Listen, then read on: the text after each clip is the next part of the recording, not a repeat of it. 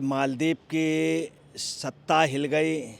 मालदीव पे अविश्वास प्रस्ताव आ रहा है। विपक्ष के सारे मंत्री तथा उनके सत्ता पक्ष में भी विद्रोह की पोजीशन है। मालदीव के अली अली अजीम जी जो पहले इनके यहाँ मंत्री थे, उन्होंने भी कहा है मौजूदा सरकार को तुरंत बर्खास्त करें। और एमपी मीकल नसीम जो पहले उन्हीं के पार्टी में थे, उन्होंने भी कहा है एमपी पार्टी में थे, उन्होंने कहा कि तुरंत सरकार बर्खास्त हो। नमस्कार, मैं अंजलि मिश्रा, स्वागत है आप सभी का HTV न्यूज पर। आपको बता दें कि जिस तरीके से प्रधानमंत्री नरेंद्र मोदी के खिलाफ आपत्तिजनक शब्दों का इस्तेमाल किया गया था मालदीव में ही, आप देख सकते हैं मंत्रियों द्वारा, जिसके बाद कड़े एक्शन लिए गए। मंत्रियों को तो हटा दिया गया पद से, लेकिन अब इस बयान की वजह से मालदीव की सरकार भी गिर सकती है। जी हाँ, बिल्कुल सही सुना आपने। मालदीव में इस बयान को लेकर अब विपक्ष विरोध में आ चुका है और अविश्वास प्रस्ताव कभी भी ला सकता है। जी हाँ, बिल्कुल सही सुना आपने। मालदीव के मौजूदा सरकार के खिलाफ अविश्वास प्रस्ताव लाने की तैयारी जो है उनके विपक्ष द्वारा की जा रही है, जिस पर चर्चा के लिए हमारे साथ मौजूद है वरिष्ठ पत्रकार अजय पत्रकार जी। सर, आपका स्वागत है हमारे चैनल में। जिस तरीके से मालदीव में इस वक्त उथल पुथल मची हुई है, पीएम मोदी पर की गई टिप्पणी के बाद अब विपक्ष जो है मालदीव की मौजूदा सरकार के खिलाफ अब अविश्वास प्रस्ताव लाने वाला है, क्या कहेंगे आप? देखिए, आपको बताना है कि मालदीव की सत्ता हिल गई। मालदीव पे अविश्वास प्रस्ताव आ रहा है। विपक्ष के सारे मंत्री तथा उनके सत्ता पक्ष में भी विद्रोह की पोजीशन है। 3 मंत्री हटा दिए गए हैं। तीनों ने माफ़ी भी मांगी। जिसने इजराइल की कठपुतली जिसने कहा था, उसने तुरंत डिलीट भी किया। और इस समय मालदीव में आप समझ लें हाहाकार मचा हुआ है। सिर्फ मोदी की बड़ाई कर देना, ये कह देना, मोदी की बुराई कर देना और मोदी के लिए ये कह दिया कि मोदी जो हैं ये इजराइल की कठपुतली, उसका इतना बुरा असर पड़ा है कि वहाँ की इकोनॉमी डाउन, सारा व्यापार डाउन। सिर्फ आप यहाँ से अंदाज़ा लगा ले, 1300 पर डे की सिर्फ ब्लू स्टार ट्रैवल की थी, कैंसिल है। 1300 लोगों की पर डे की, इतना नुकसान हो रहा है। अब वहाँ पे टोटल विपक्ष कह रहा अविश्वास प्रस्ताव ले, और कह रहा कि तुरंत आकर के विदेश मंत्री जो हैं आकर के यहाँ पर अपना उसमें सवाल जवाब हो, स्पष्टीकरण करें।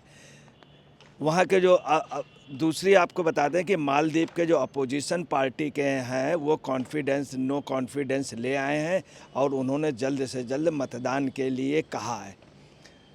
मोइजू हैं, मोइजू की सरकार इस समय ज़बरदस्त खतरे में है। चाइना के पपन मोइजू जो हैं इस समय वहाँ पे हैं, चाइना पे, और वहाँ पर की भी स्थिति बड़ी ख़राब है। जो समझौते होने थे वो भी आप समझ लीजिए समझौते ना के बराबर हो रहे हैं और बहुत ज़्यादा वहाँ पे घबराहट जैसी पोजीशन है। चीन के प्रवक्ता वांग वेनबिन ने भी कहा है कि जो साइन होने थे दस्तावेज़ों पे, उस पे देरी लग रही, चूँकि सब कुछ असल में मेन चीज़ इनका जो यहाँ व्यापार था, व्यापार ही ख़त्म हो गया, तो वो खुद घबराए हुए हैं। और वहीं पे मालदीव के जो राष्ट्रपति मोहम्मद मुइज़्ज़ो हैं वो 8 जनवरी से 12 तक वहाँ रहेंगे, परंतु उनकी स्थिति बिल्कुल गायब है और बहुत बुरी स्थिति में हैं।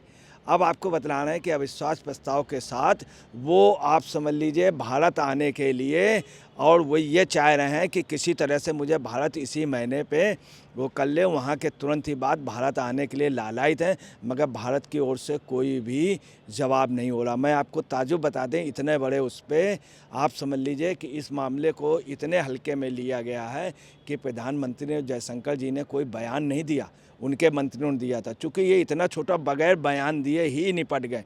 वहीं इन्होंने क्या कहा था, इजराइल की कठपुतली कहा, तो आप ये इजराइल के जो राष्ट्राध्यक्ष हैं नेतन्याहू, उन्होंने बहुत बड़ा ऐलान किया और साफ कहा कि समुद्री पानी से खारे पानी को मीठे पानी बनाने के लिए हम बिल्कुल तैयार हैं, हम कल से ही उस पे प्रोजेक्ट पे काम करने को तैयार हैं।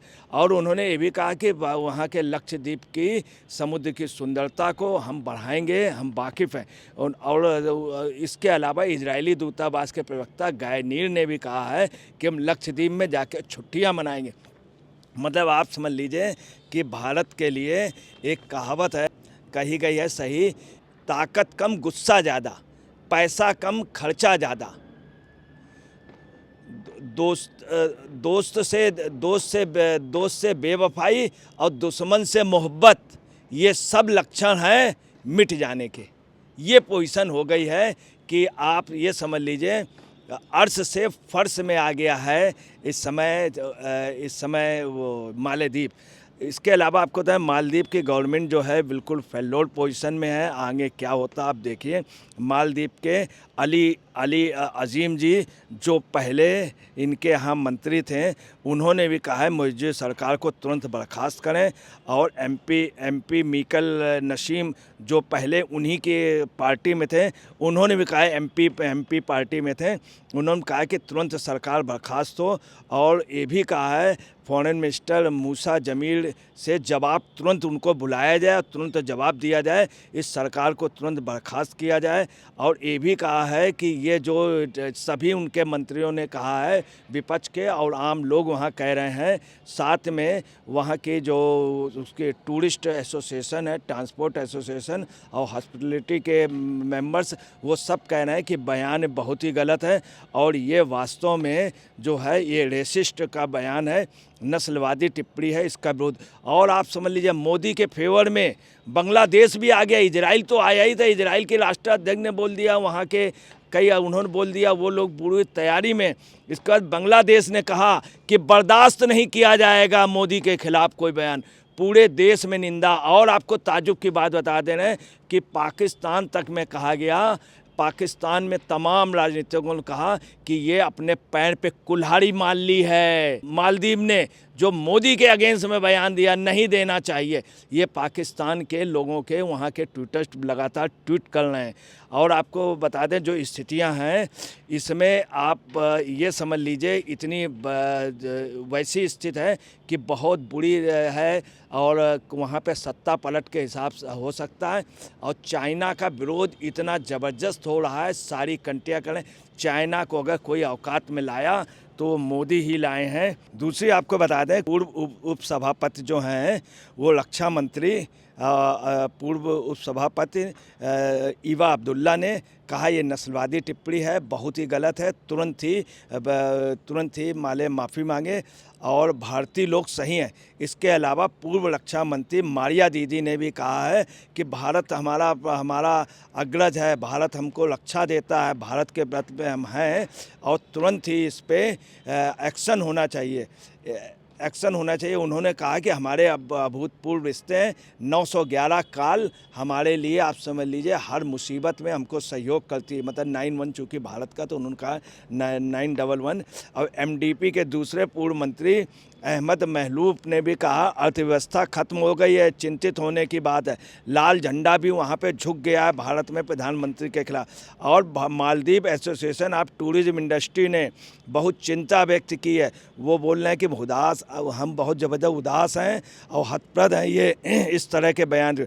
पूर्व पेंटर मंत्री अब्दुल्ला मौसूम ने कहा है कि भारतीयों को सम्मान देना इस समय स्थित किसी तरह देश बचाइए इन 3 मंत्रियों की वजह से।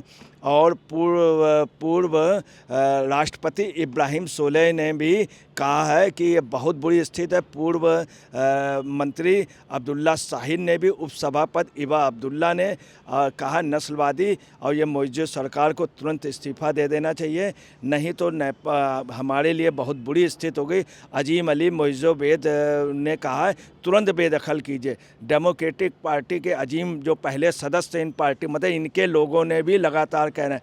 आपको बतला रहे हैं एक गाना लिखा था 1957 में, एक फिल्म आई थी नया दौर, और उसमें जो गाना साहिल लुधियान जी ने लिखा था, रिक्वेस्ट उस ज़माने में की थी ये गाना, तो वो कहा था आज के समय में हिट नहीं है, इस समय फिल्मों में थोड़ा वल्गैरिटी या डांस ये सब मसाला दिखाना ज़रूरी। तो साहिल लुधियान जी ने रिक्वेस्ट की थी मोहम्मद रफ़ी, नहीं साहब डालिए, आज नहीं तो कल होगा, परसों होगा, ये ज़रूर देश के लिए होगा। वो गाना आप सुन लिए, आज भी गाया जाता, लगता है आज ही के दौर के लिए गाया गया था। वो गाना क्या था, नया दौर का, साहिल लुधियान जी का, उनका ओ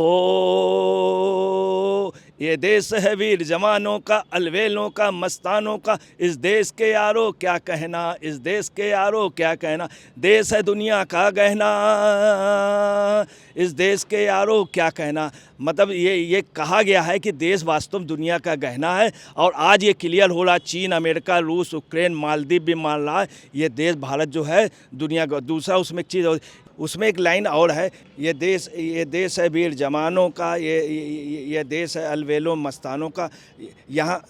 यहाँ चौड़ी छाती वीरों की, यहाँ भोली शक्लें हीरो की, यहाँ गाते हैं राजे गाते हैं मस्ती में, मस्ती हैं धूमें बस्ती। तो उसमें साफ है यहाँ चौड़ी छाती वीरों की, वही 56 इंच का चौड़ा भारत सीना, ये वास्तव में आज के लिए लिखा गया था। क्या अब आपको बताना है जो अविश्वास प्रस्ताव आ रहा है, आप देखिए सत्ता पक्ष के लोगों ने, उनके लोगों ने, दूसरी विपक्ष टोटल, वहाँ की जनता, वहाँ का मर्चेंट ऑफ कॉमर्स, सब ने कह दिया है। दूसरी बात इंडियन मर्चेंट ऑफ कॉमर्स ने कह दिया है कि जो बुकिंग हो रही है टूरिस्ट लोग वहाँ की जगह लक्षद्वीप के लिए कहें, और ऐसा शुरू हो गया। अब वहाँ का राष्ट्रपति जो है सिर्फ एक कोशिश कर रहा, किसी तरह मुझे भारत आने को मिल जाए, मैं माफ़ी मांग लूँ, मुझे माफ़ कर दें। तो जैसा कि आपने आज पत्रकार जी को सुना, साफ तौर पर मालदीव के लिए एक ये बड़ा झटका भी है। और जिस तरीके से अगर आप देखेंगे तो मालदीव की जो सरकार है, जो इस वक्त इस मामले को लेकर अपनी मंत्रियों को बर्खास्त करने तक उन्हें लग रहा था ये मामला शांत हो जाएगा, लेकिन अब मालदीव की मौजूदा सरकार की कुर्सी पर भी अब बात आ चुकी है, और विपक्ष जो है विश्वास प्रस्ताव लाने की पूरी तैयारी कर रही है, जिससे इनकी आप कह सकते हैं कि सरकार जाने के हालात जो है इस वक्त मालदीव में उत्पन्न होते नजर आ रहे हैं। तो ऐसे में आपने चर्चा पूरी सुनी है, अब इस पर आपकी भी जो राय हो हमें कमेंट सेक्शन में कमेंट करके जरूर साझा करिएगा। धन्यवाद।